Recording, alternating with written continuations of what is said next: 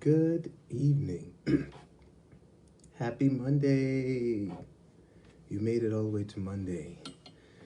There must be purpose and plan if you're here today. Let me start sharing this. Hello, whoever just joined. Let me start sharing now. Get the sharing part out the way. Hello. Glad you could join me. Share it to my own page. Please like and share this video with anyone who do you think can benefit from part 3 on unrelated pitch, turning that into continual tonality. This is part 3 of pitch problems. Part 3 of pitch problems, turning unrelated pitch into continual tonality.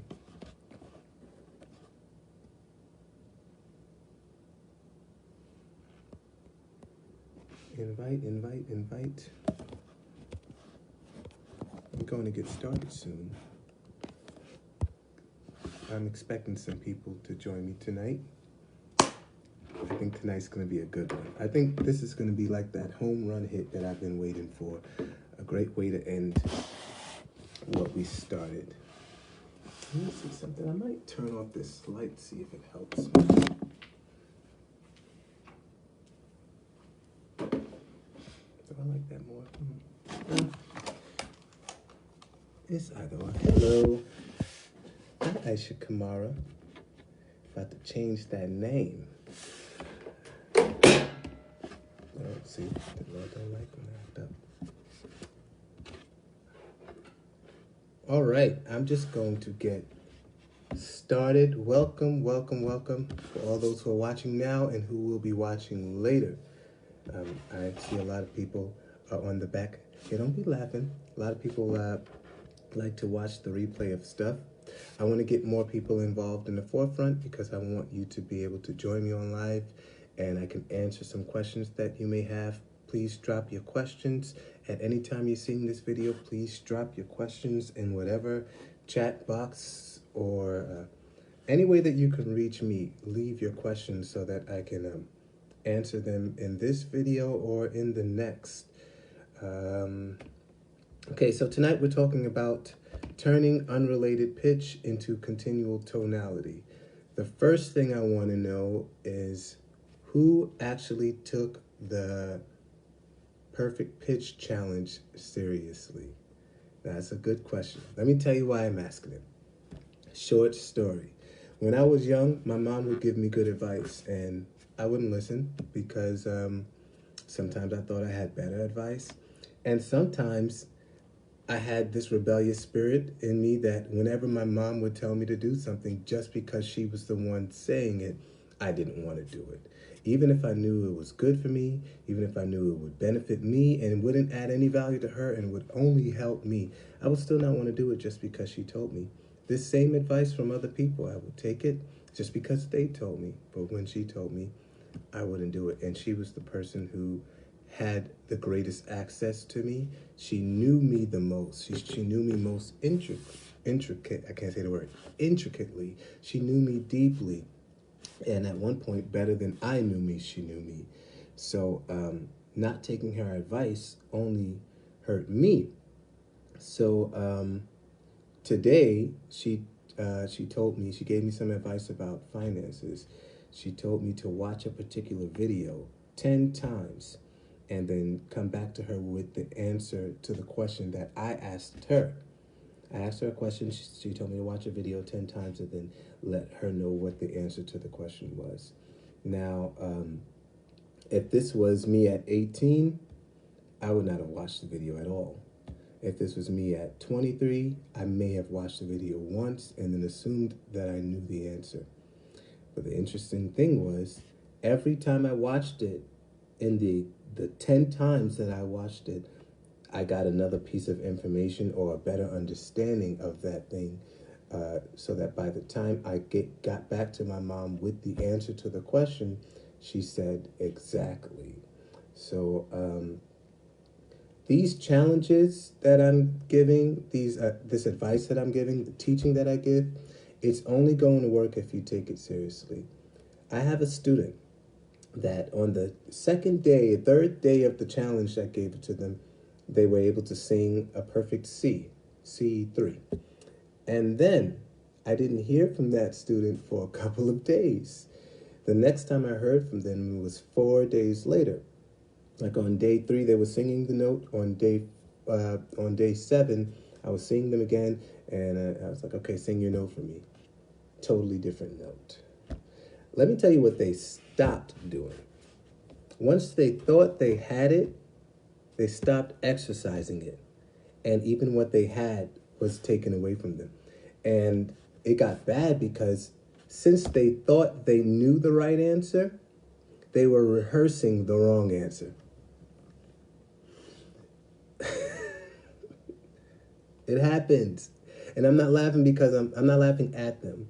I'm laughing at me because this reminds me of me when I was younger, getting great advice, not taking it seriously because I thought I knew the answer, and I started rehearsing the wrong answer to questions and then making that a life practice for me, and eventually suffering from those like experiencing the negative consequences of making a wrong answer the right one and not following the exact instructions that are given. So my exact instructions in the perfect pitch challenge. Let me go back to it. Wait, where it at? Okay, I found it. All right. My exact instructions for the perfect pitch challenge. The first thing I said to do was choose one of the 12 colors.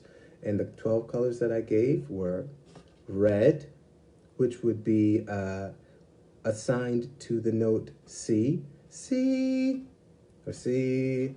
Red orange, which would be C sharp. Notice how they're close in color and close in pitch. Like red orange is like a half tone away from red, right? So I'm using the color shades to kind of match the chromatic scale. So C is red, C sharp is orange, red orange, sorry. D is orange, D sharp or E flat. You know that every sharp note also has a flat name as well.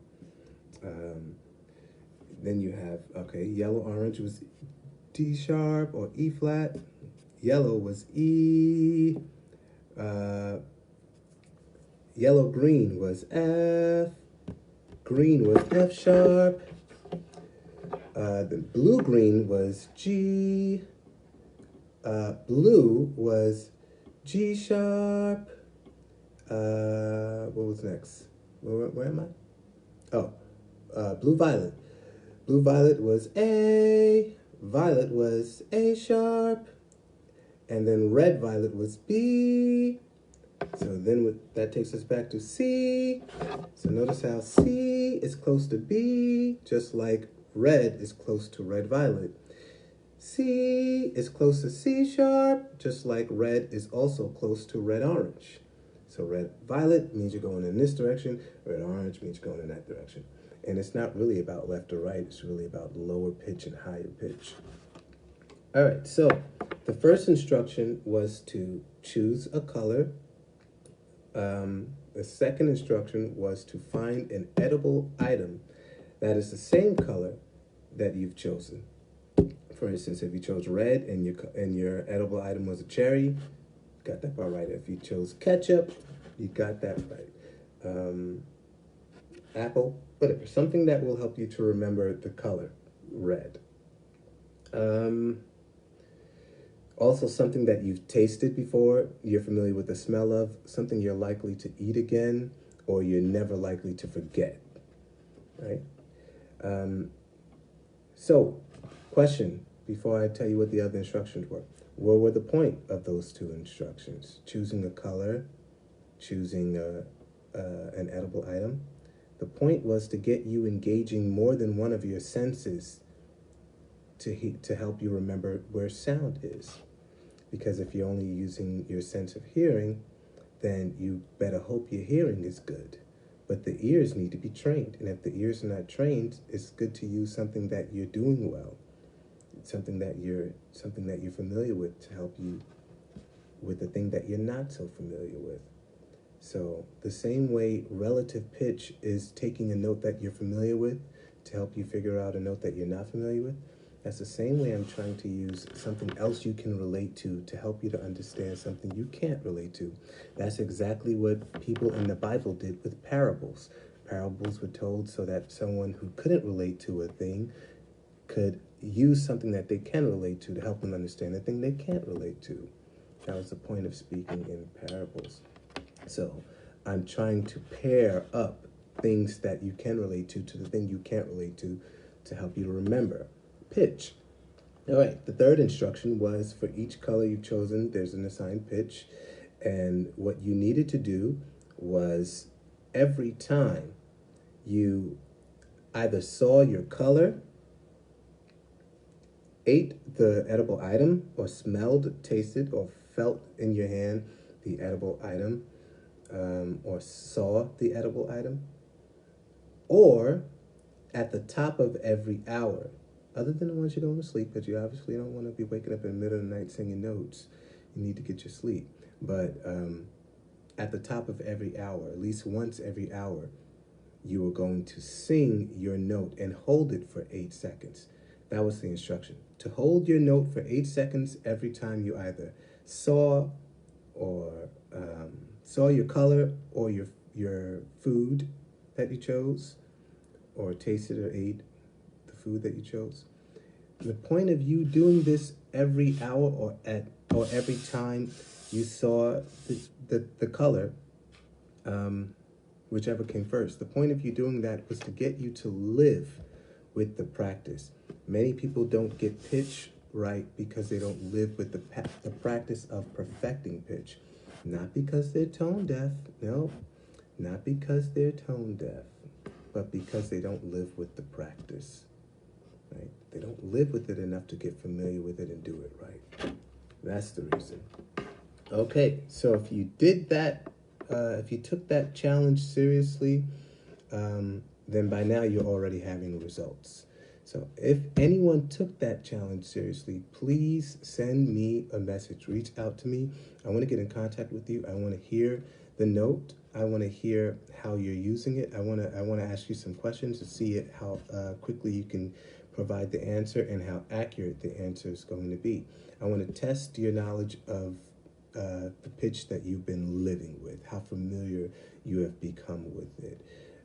So please let me know. Send me a message. Let me know, okay, hey, I took the challenge seriously and something's still not working for me. Or, hey, I took it seriously and look, here are the results. I can do it.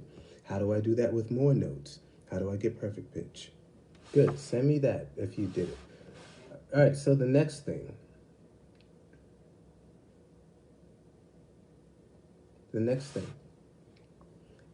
So one of the ways you can build a relationship with, one of the ways you can turn unrelated pitch into continual tonality is once you're very familiar with the note that represents, the note that is called a tonic, the note that represents the tonal center of the song that you're singing. Once you're familiar with that note, it's very hard for you to go off pitch. Hey, Deshaun, what's up? Once you're familiar with the note, it's very hard for you to go off pitch. The more familiar with the note you become, the more it rings in your unconscious mind and in your conscious mind whenever you're thinking about it, so that it'll help you stay in key the whole time. So after you've done that pitch challenge for a week, try singing a song in the key of that note that you chose. Try it and see how much more in tune you'll be the whole time. And you'll know when you're going off, because you'll be able to every now and then stop and say, oh yeah, that's my C. Okay, I'm still in key. Let me keep singing. Right? So that's the first thing you could do to turn unrelated pitch into continual tonality. Let's say you did that already. You did the exercise and you want to know something else you can do. Check for the tonic periodically while you're singing. check for it periodically. Every few minutes, just go back and if you, for instance, let's say you're performing, right? You want to check for your tonic. The same thing I did before. One of the ways that one of the ways you can do it is if you hear the instruments playing in your background. Um, a lot of times, most of the time while the instruments are playing, one of those chords or one of the notes in the melody is going to hit your tonic, your tonal center. If you're listening for that, if you know where those chords are, if you know where those melodies are, you know what note to look out for. It'll help you to stay in key. Now, it's much easier to stay in key when you have an instrument playing behind you because it adds like a constant, it constantly paints a picture of what your tonal center is most of the time, depending on the song. Like, give you give you a quick example of something that paints the picture of what your tonal center is. Okay, let's go real simple. Let's go Mary Had a Little Lamb. Okay, that way I don't have to play real hard.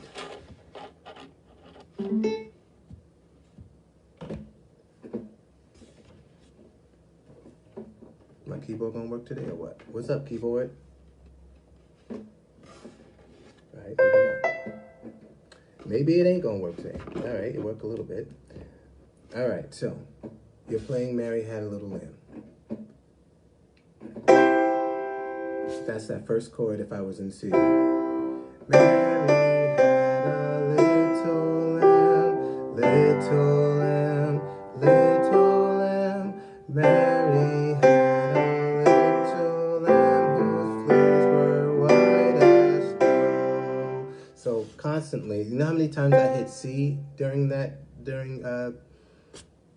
time I was playing my background? A whole lot of times I hit that note. So listening to the music, never getting so far into my own head or lost in the sound of my own voice or in the thoughts that I'm thinking that I stop listening to the music behind me.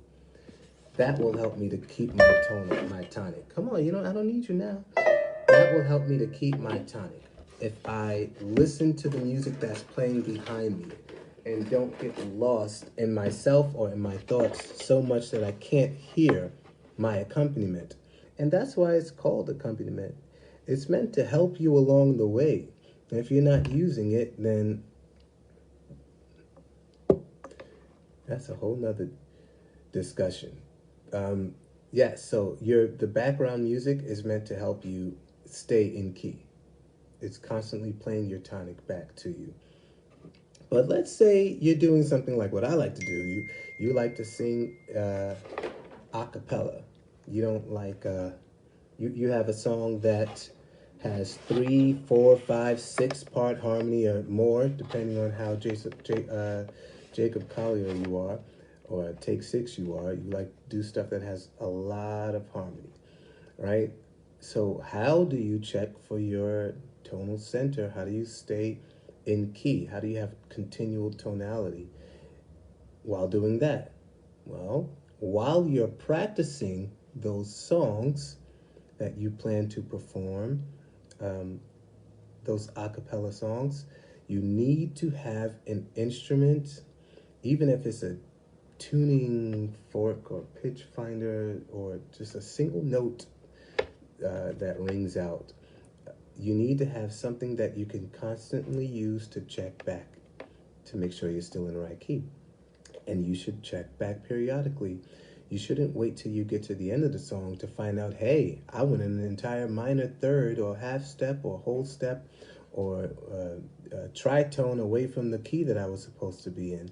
You shouldn't wait till you get to the end to find that out. You should be checking periodically. In the beginning, check as much as possible. Pause in the middle of the song and sing and play your tonic and then go back into it. Okay? Give you an example, because I like to give examples. There's my tonic for Mary Had Mary Had a Middle C. Mary Had a Little Lamb. There's my tonic, right? Mary had a little lamb. Little lamb, little lamb. In the beginning, I'm checking a lot, right? Now, the more I do, the more I'm going to need to check to see if I'm still there. Mary had a little lamb, little lamb, little lamb. Na, na, na. There goes my tonic. Am I still in the right key? All right, I'm still there. Mary had a little lamb, little lamb, little lamb. Ooh, am I still in the right key? I need to keep checking. I don't want to do so much that I don't know where I am anymore. And also, it helps to do less sometimes. Less is more sometimes. You don't have to hit every single note that is possible in your range every day. You don't have to do a whole lot of melismas, add a whole lot of color. Sometimes you just need to hold a note really straight. Fun fact, in one of my classes, I had my clients, it was an entire family, they were learning to carol and sing hymns together. I had the entire class sing an entire song on one note, then let them move. You had to sing the entire song on one note song, and a song that challenges them to stay, to makes them want to move to different places because they're so familiar with the melody, right? Having to stay on one note was such a challenge for them. Such a challenge. They were used to a melody that moves for this particular song. One note made them better at the end of the day. Helped them to find their tonal center. Let's just say some of the people in that group who were totally like just making any sound were actually singing the melody by the end of that class. So it went from a class that started at a particular time. 3 of the 5 people involved were singing all kinds of stuff, to everyone an hour later singing the melody in the same place and in the right key. And we started just by singing one note for that entire song, just to get them familiar with the tonal center, and then branching out from there to do the rest of the notes in the melody. That's my fun fact. All right, back to business.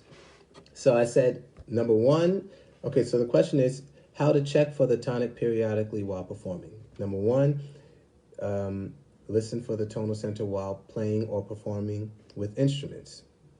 Number 2 was, if you're doing a cappella and you can't obviously use an instrument, you still need to use an instrument during your practice, something that you can use to make sure you're singing or playing the right notes, whether it's by listening to your tonal center or checking to see if the note that you're actually singing is the note that you're actually supposed to be singing. And then 3, you can sing or hum the root to yourself to feel the vibration. I call it feel the vibe. That was the point of the Perfect Pitch Challenge, to get you familiar with the vibration.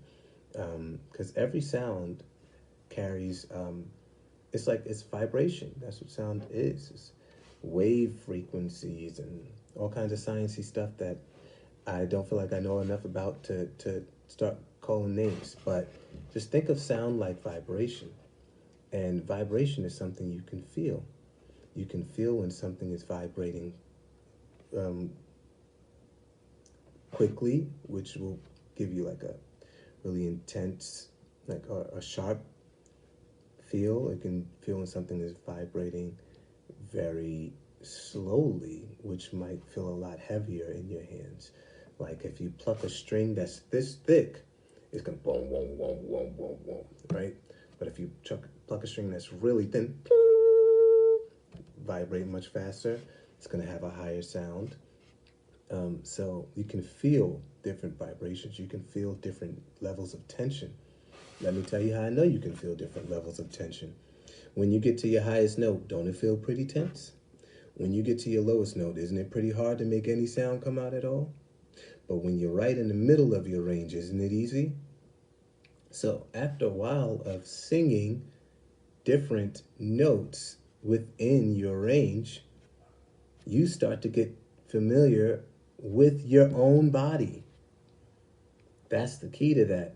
You're humming your root to yourself. Why? Because you're trying to get familiar with your own body.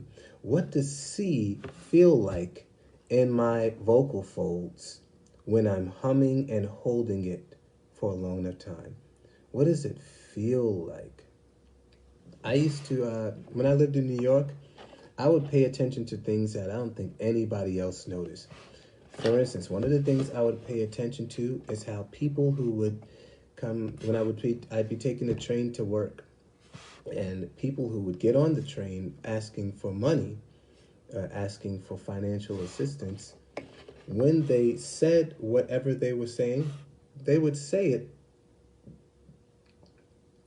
with the same melodic pattern. For instance, if somebody said, "Food or change, please," go to the next car. "Food or change, please."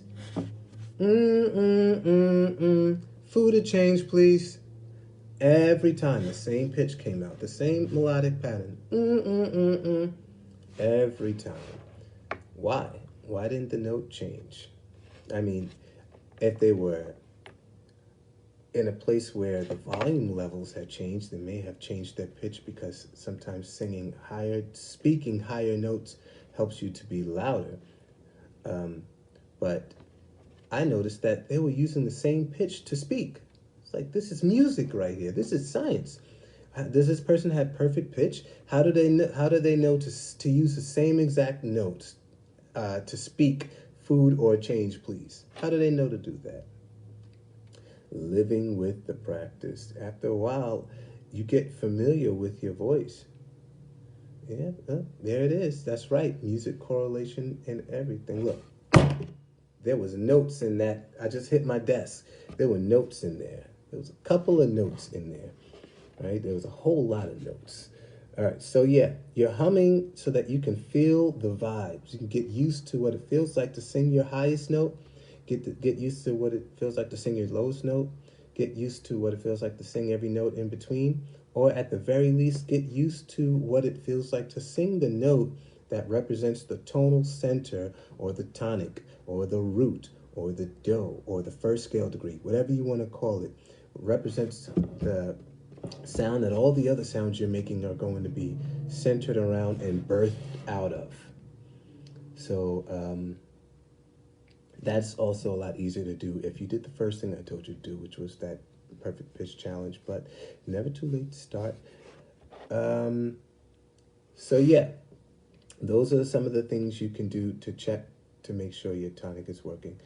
Other things that you can do to increase your tonality, your continuous or continual tonality. Scale degrees, singing intervals. Singing intervals or singing the scale itself. All right, let's say you're in C. Oh, okay, look at this. Yes, you go, girl. Just let me read this question really quick. I'll get back to that. Listen to the instruments in the background while performing. Yes, listening to them, making sure that you're aware of what they're doing and how they are meant to accompany you, and knowing that they're not just there because they're doing their own thing. They're there to add to what you're doing, and you are doing what you're doing to add to what they are doing. So you're supposed to complement each other. You're supposed to accompany each other. And then, yes, number 2, hum or sing your tonal center to yourself. Yes, hum or sing your tonal center to... Wait, let me see. Number 2 was pause periodically. Number 2 was pause periodically to play or sing the tonic if you are in a situation where you don't have access to a band to keep you in key the entire time. That's when you want to use an instrument that is perfectly tuned to pause, make sure you're still singing in the right key, make sure your notes are still working, and then continue. So basically, I'm trying to keep you near something that's tuned long enough for you to catch it. Hey, I'm trying to keep you near something that is tuned long enough for you to start to know what it's like to always be in tune. So whether that's the band that you're listening to, or the single moments that you take out of your singing to play the note and then sing along with it, that to keep you in tune. Or the third thing was sing or hum the root to yourself so that you can get used to feeling what it's like to sing the right note. And this is the probably the hardest one to do because you have to hope that what you're doing is right. But what you're doing will be right if you're checking to make sure it is, and if you've already exercised your thinking and your hearing and your singing using the pitch challenge. So one was listen to instruments in the background, correct? Two was hum or sing your tonal center to yourself, correct? And then three was, no, sorry. Two was uh, pausing periodically to play or sing the tonic or any of the notes that you plan that you're stopping on, that you're pausing on to make sure they are correct. It's like a checkpoint. And then number three was hum or sing your tonal center to yourself, so that you're always aware of where you are. It's like always checking where you are. That was the third one. Sorry. Got that? Number one, listen for the tonal center. Two, pause while practicing to make sure you're singing the right note. Three, hum the root to yourself to keep yourself close to the tonal center. So it's just like staying really close to what you know is right, so that when you are sure that what you're doing is right, you don't need to do that anymore. So maybe the first time you sing a song, you're checking very often, like almost at the end of every phrase to make sure you're still in key, right? But by the last time you sing that song, you're not going to need to check that often. You're going to be well trained in staying in key for that if you've done that practice, if you've lived with the practice. Does that make sense, y'all? Does that make sense? Okay, good. Now that we got that, you're welcome, honey bunch. Now that we got that, let's talk. Yes, like staying close to a piano. Exactly. You have to live with something that is doing right so that you can do right. You know, you have to stay close to whatever you stay close to, you're going to become like. Whatever you stay close to, you're going to become like. Perfect example. That family that I taught to sing the note C, they were doing it the right way for the first 2 days. Some of them. Some of them were not doing it at all. Some of them would just... So eventually, when the people who were doing it right stopped checking to make sure they were still doing it right and started listening to themselves and listening to each other, they all started singing different things and everybody got confused. So when I came back, their C turned into C. They were already on F sharp. They moved an entire tritone. That's da da da da da da. That's 6 half steps away. 6 half steps away from the note that they were singing so well the first 2 days because they stopped checking. So just like the example I gave last week, if C calls you and says, "Hey, you haven't checked up on me a while. I'm too busy right now. I'll give you a call back," and the whole month goes by, you haven't checked on C, what's going to happen? C is going to have a engagement party you're going to miss because you didn't know. You didn't get the invitation and you weren't checking on them to know what's going on in life. C, 6 months later, C done lost B. B was a very important person in C's life. B done lost, and you didn't even know. You missed the homegoing service for B. Like you're falling out of touch because you haven't checked on the note. So the further you get away, the longer you stay away, the further you get away.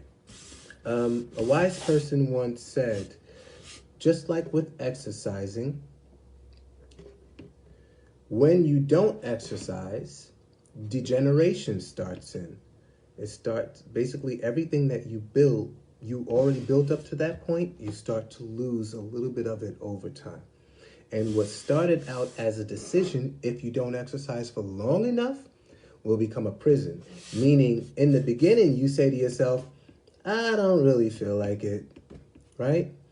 But then, when your body is not working right for you and you want to exercise because now you realize the danger you're in of being trapped inside of a decrepit body that doesn't work, right?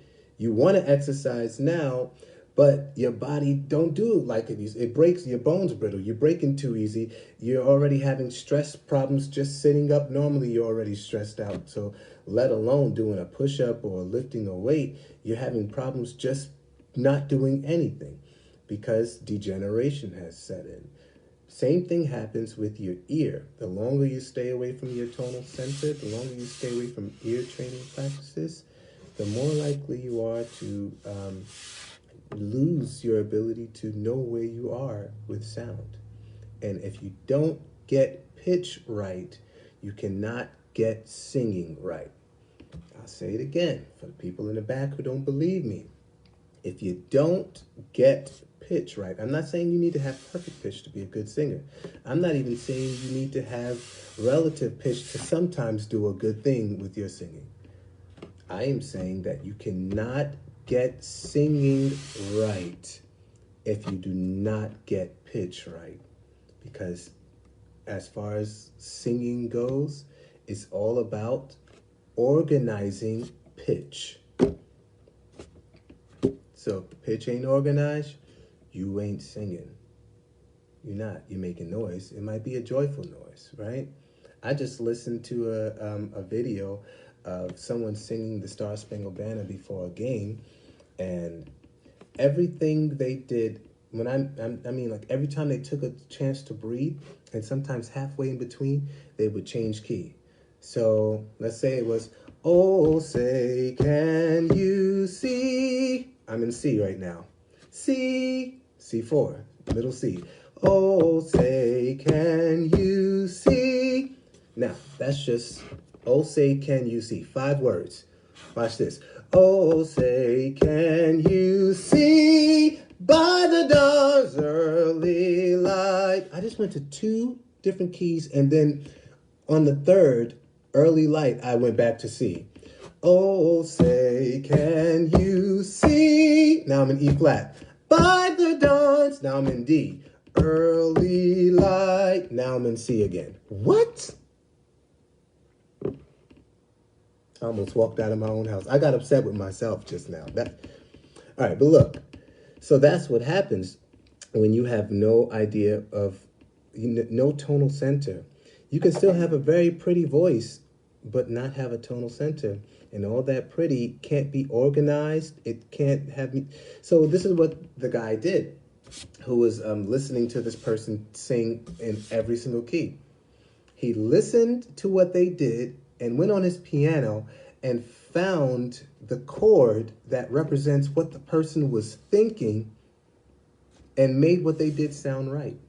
His name was Kevin Carter. I'm pretty sure you've seen something like this before. Kevin Carter fixing the Star Spangled Banner for somebody to make them sound good. To make it sound like what they were doing was done on purpose. And it really wasn't. See, Kevin organized the sound that they were making.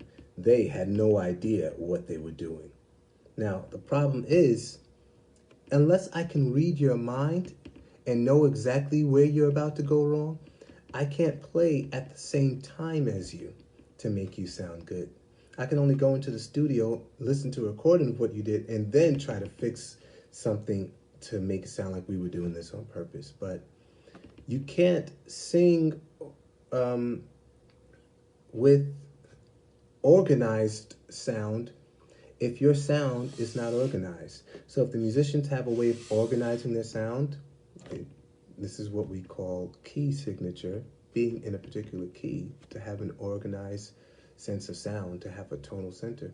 If they're going to play for you, then you need to know what that tonal center is and be singing in it too. You can't just be bouncing around anyway. Your voice can't just be free to just hit any note. It's not right. You're hurting us. The musicians, we're hurting. We're hurting. Stop hurting us and stop untune. It's like taking your guitar and using the tuning keys to just turn it in any kind of way and then expecting to strum a chord that's going to sound pretty. It's not going to happen. You need to tune correctly, and this is the way we tune. We change the way we think about sound, and then we monitor what comes out of us to make sure what we do lines up with what we think.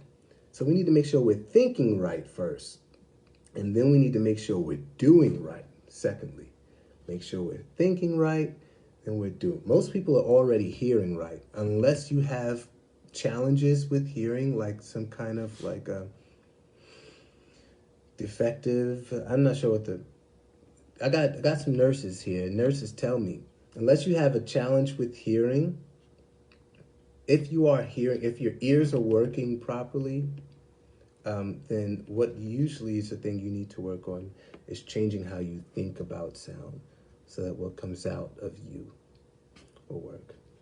All right, so now what did I, just quick rundown. If anyone wants to join me, let me know now because we could definitely, you can ask some questions or whatever you want to do. Just put it in the chat. Let me know if you want to join. So we talked about, the topic was, once again, turning unrelated pitch into continual tonality. The first thing we talked about was the pitch challenge. I wanted to know who actually did it. The second thing we talked about was building a relationship with the key of the song.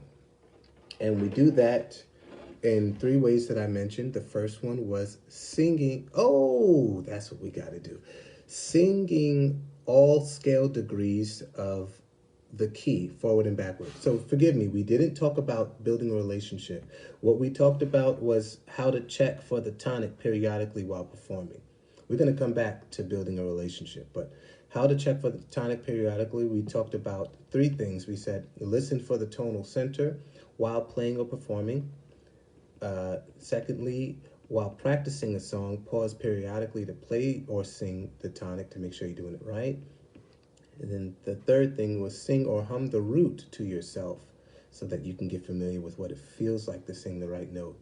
But we did not talk a lot about building a relationship with the key of the song. I'll be real quick with this one. Number 1, sing all scale degrees of the key, forward and backward. Why are we doing it backward? Why can't we just do it forward? Because everybody knows do, re, mi, fa, sol, la, ti, do. But not everybody knows do, ti, la, sol, fa, mi, re, do. So we're already throwing them off. But that's exactly what we want to do. We don't want them to get comfortable with the melody, because then you'll end up with that other problem that we were talking about last week, which was dissociated pitch, I believe, or dissociate something with, okay, you're associating pitch with, you think pitch is a melody rather than thinking the pitch is a pitch, right? So when you think pitch is a melody, you can sing do, re, mi, fa, sol, la, ti, do, because everybody's familiar with that. But when you understand that every single solfege syllable is its own sound that you need to recognize and be able to replicate separately from the entire melody of do, re, mi, fa, sol, la, ti, do, then you have a chance at being able to understand what you're doing and stay in key more often. Yes, Devandra. So that is what a lot of people do. They memorize the melody, do, re, mi, fa, sol, la, ti, do, but as soon as you say do it backward, they're already thrown off just from doing it backward. It's like asking them to say their ABCs backwards. Like, hold up, I never sang my ABCs backward. Like this, Z, Y, X, W, 11. They doing numbers because it's just, it makes you feel like you don't know anything. And the truth is you do. You know a lot. Something like this, because it's so unfamiliar with you, to you, will make you feel like, am I something wrong? No, there's nothing wrong with this. You just relied on the melody or the familiarity of moving from A to B and then from B to C, then from C to D. You got so comfortable and used to that You no longer needed to think about it. Everything that you needed to do with the alphabet, you were able to do just knowing it forward to backward, like that. You never really you were never asked to sing it backward. If you learned your alphabet backward before you learned it forward, you would have a hard time saying it forward. It doesn't work just because it goes from A to B and from B to C to C. It works because you trained yourself to understand it that way. So now if you take the same concept and put it on melody and then reteach yourself the way you understand it, then you won't need to use the melodic solfege syllables from do to do, from low do to high do, to know where you are. I did this exercise with someone the other day. Let me get my big board, the one that's so heavy. I don't know why I bought a board so heavy. What's wrong with me? And show you what I mean. We were working on B. We were working on B, and here B is. B. We were working on that note, right? So they had a song that they needed to sing in B. This is their highest note in the song. G sharp. That's their highest note. The lowest note they needed to sing was a low B. B. So everything that they needed to sing for this song was in this range. The song was Jerusalem. Some of you probably know it. Jerusalem, Gilandolose, something like that. I don't know enough African languages to tell you what they were saying, but I love the song, and one of my African brothers and sisters is going to teach me what those words mean. Anyone from the part of Africa where they say Jerusalem? Which part? All right, but anyway, the song was originally in C sharp. We moved it down to B because his range only allowed for him to sing up to a G sharp. So we put the song in the key that will allow him to sing the melody where he is most challenged but still comfortable. That's why we put the song in B, because there's a part of the song that goes, okay, so that's South Africa. Okay, so the part of the song goes, Gilandolose, Gilandolose, right? It does that. So that would be an A sharp for him. He is a whole step down from there. His range is a whole step down from there, right? So, wait, let's see, what is it?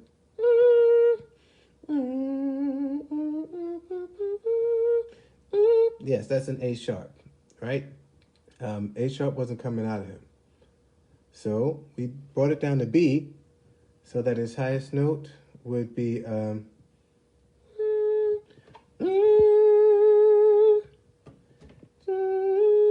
I'm a little off.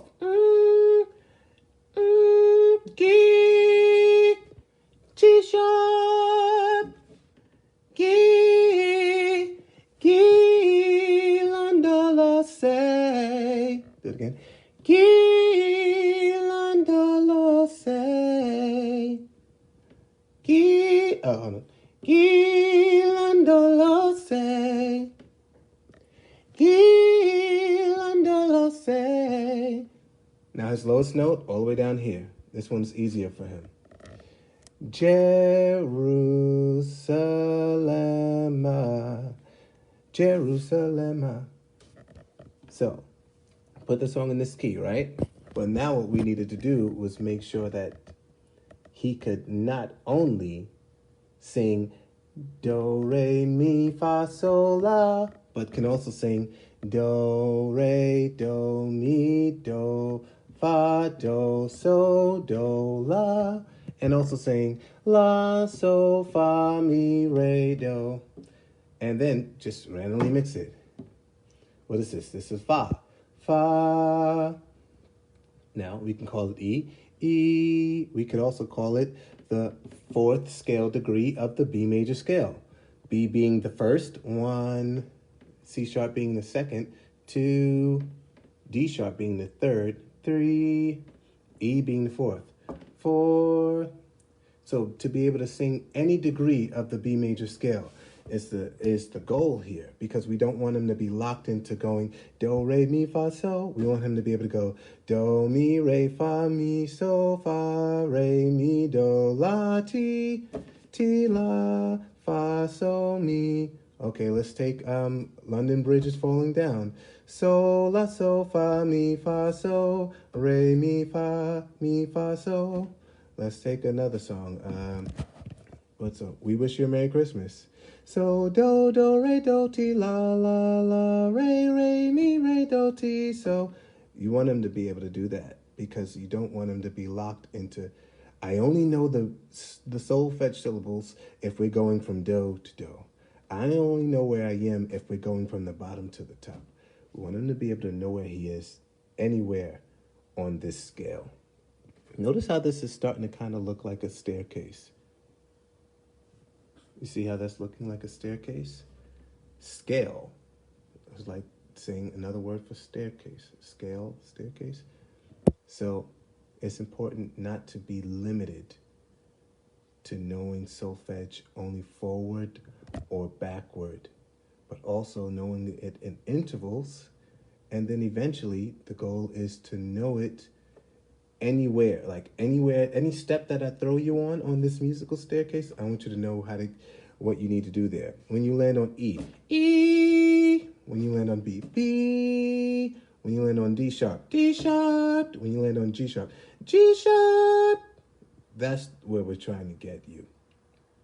Once we get you there, pitch problems solved. And now we're talking on perfect pitch levels, because your ear training has to be strong to do that. So we're putting your ears in the gym. We're changing the way you think, not just your physical ear, but your mind's ear. We want to change the way you think about sound. All right, well, y'all, that just about wraps up all of this talk about turning unrelated pitch into continual tonality. This is like the last thing that you need to be able to do before you start to dabble with perfect pitch. First, before we talk about being able to name any key and sing any key, can you just stay in the same key when you sing a song? That's why we are learning continual tonality. Can you start a song in one key and end the song in the same key? I was telling Aisha when she came to my house and surprised me with the birthday cake, and she sang "Happy Birthday." It's on go look up October 25th and listen to when she sang "Happy Birthday." She started it and ended it in the same key, and I was like, "What? You don't even be singing like that? How you know how to do it?" That's a big deal to me, and I can't even help but notice that, right? So, yeah, it's very important to be able to do that if you want to have full control of your ear and start to work on perfect pitch. And then when you're ready for perfect pitch, you're going to be doing the same thing that you did in the beginning. It's so funny. It's almost like reading the Bible. You start off in Genesis and you're in the Garden of Eden. And then when you get to Revelations, you're back in the Garden of Eden. Just a different type. Interesting. Very, very, very interesting. So the very thing that you need to do in the end is the thing you need to work on in the beginning. And that is just getting very familiar with one sound to the point where hearing it with your physical ear goes to understanding it with your mind's ear, changing the way you think about it. Then replicating it exactly as you heard it and understood it. 3 parts. Hear it, understand it, replicate it. That's what you'll be doing for perfect pitch. Okay, that concludes this. That was 3 parts to this Monday Music Business Perfect Pitch Challenge stuff. The first part that we worked on was cognitive dissonance, turning that into pitch recognition. That was 3 weeks ago. The second part, or 2 weeks ago, however many. The second part that we worked on was turning dissociated pitch into relative pitch. And then the third part we just worked on today was turning unrelated pitch into continual tonality. Only thing left to do after that is go ahead and keep training until your pitch becomes absolute. Next time I want to talk about some different subjects. The next thing I want to talk about with you guys, not obviously not tonight. I'm done. I done music all day. All right, I'm done. But the next thing I want to talk to you guys about is hearing a song and extracting the elements of that song so that you can replicate the song the same way you replicate a single note. Hearing the song, pulling out the elements, and doing a version of that song that's almost identical to what you hear. I want to do that with melody, and I want to do that with harmony. I also want to do that with chord progressions that musicians play with their instruments. I want to show you how to take a song and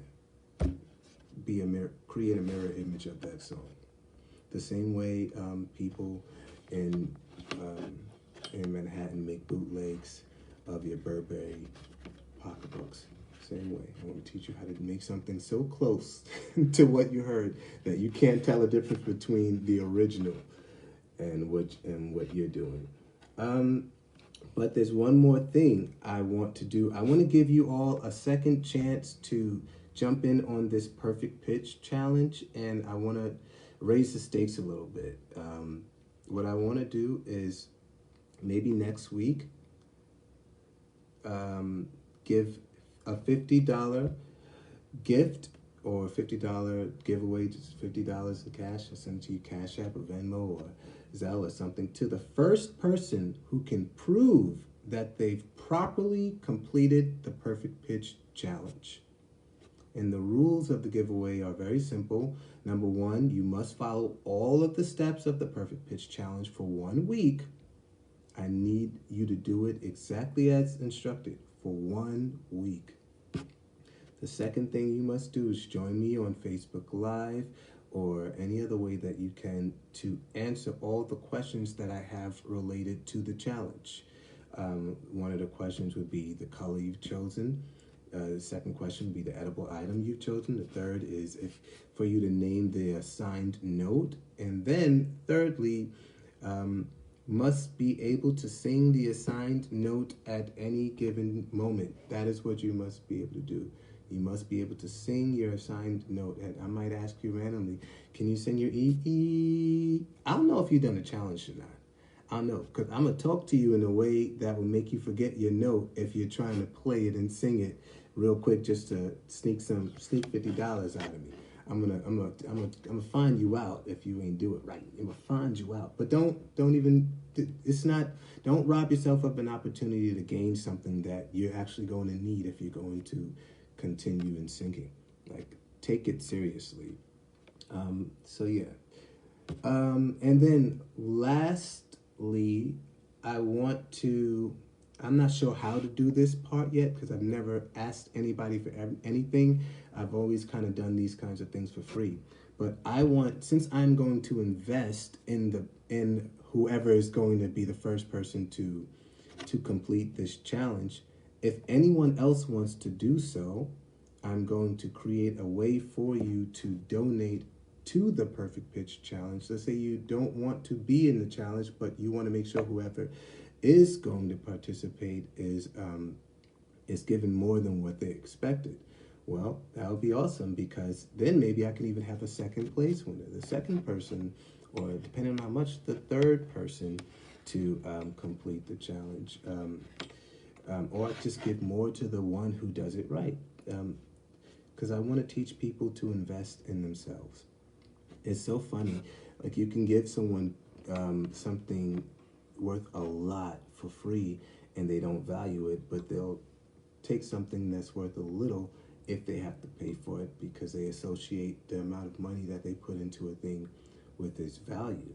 And that's normal. So I want to start teaching you all to invest in yourselves, musically speaking, invest in your ear training. So I'll work that part out, the donating part, and we'll move forward with that next week. All right.